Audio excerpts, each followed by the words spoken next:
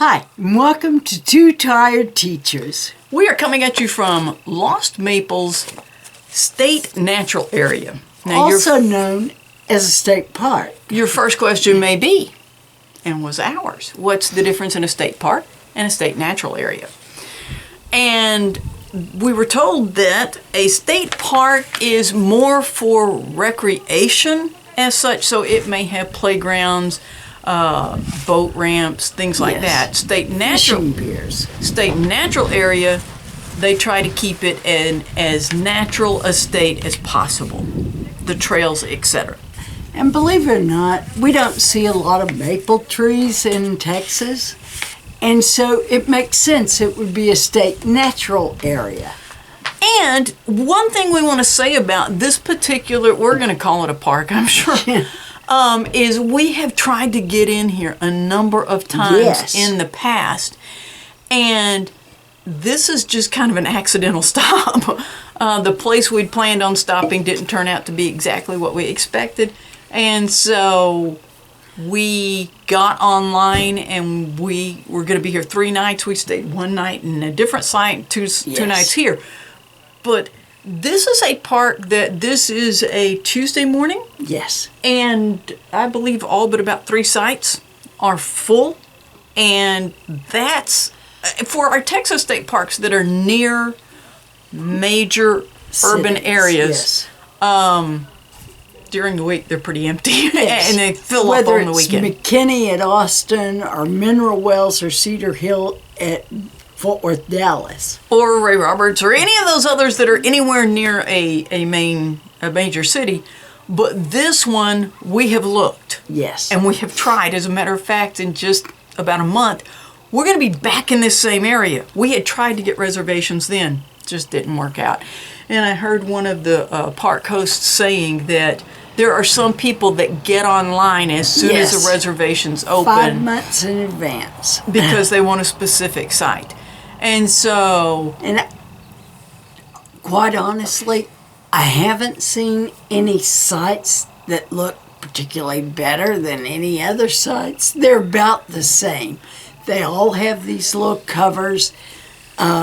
Which in the summer you're definitely going to need.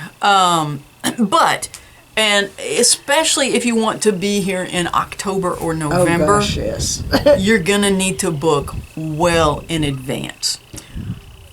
And one other thing we want to say is this park has 30 water and electric sites, and it has, I believe, 6 maybe primitive sites. But when they say primitive, I want you to look at the map.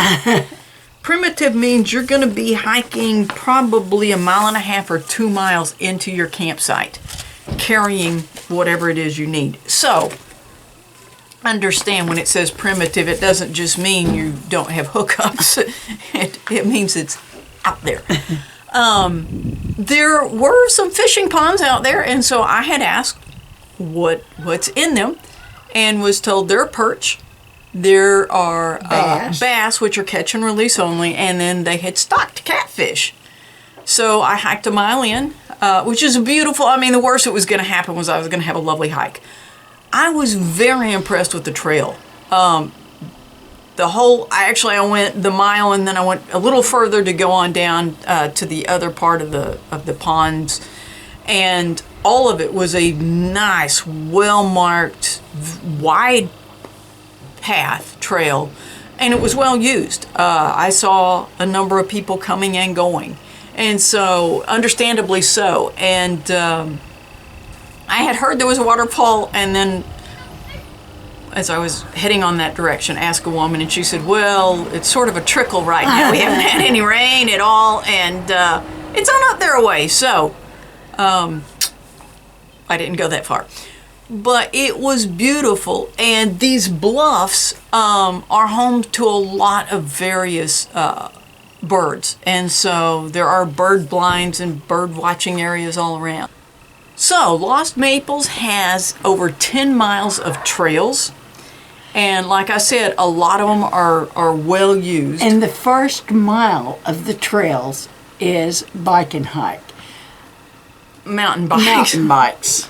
The little trail I was on, I think I crossed the river Sabinal or And it's spring fed, and that's another thing is the fishing. I could actually see the fish. I know a lot of people think Texas lakes are just dirty because it's mud, but here it's spring fed, so it's clear, you can see the fish. But crossing that, there were rocks every place to be able to cross. It wasn't deep. I mean, you know, you weren't gonna drown probably, but it was deep enough little kids could play in and stuff. But the trail system is a big thing here. And then honestly, just sitting out here and enjoying the views around and us. our bikes. We really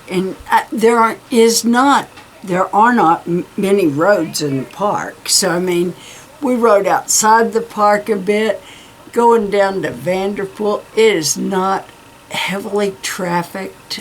And there is a Utopia 100K bike route that goes through there. So they actually have a decent enough shoulder that we felt comfortable with. But this is just like I said, a one loop, 30 site water and electric park, camping area, and it is beautiful. I mean, I understand what the appeal is. The campsites, if you're wanting a lot of foliage and separation, this is not the park. But I feel like they did a good job of getting the sites in. You know, everybody's got a picnic table, fire ring, a lantern post, etc. Cover for the picnic And a cover for the picnic table. Some have more trees than others. And if you want to stay here in fall, and your guess is as good as anybody's on when those leaves are going to turn, usually I think it's about the end of October to mid-November. Yeah, there were some where you could start to see a little bit of the color. This is the 1st of October. And you could start to see just a little bit of color, and I was really excited. But you need to get those reservations as early as any site. As early as possible if you're planning on coming then. There are no cabins. There are no screen shelters. The primitive sites are really primitive. If you're coming, it's a 1 in 30 shot at getting a campsite. And I feel like we were really blessed last minute to find we couldn't get them all 3 nights in the same site. But we were able to get in here. But if you don't have reservations, don't count on getting here. Plan on something else. You know, and you may look at the reservation system and see if there are any cancellations or see if you can get, in for that. But I feel very blessed that we got in here. I do too. And it's a beautiful little park, and we hope you've enjoyed our look at Lost Maples State Natural Area. Thanks for watching Two Tired Teachers.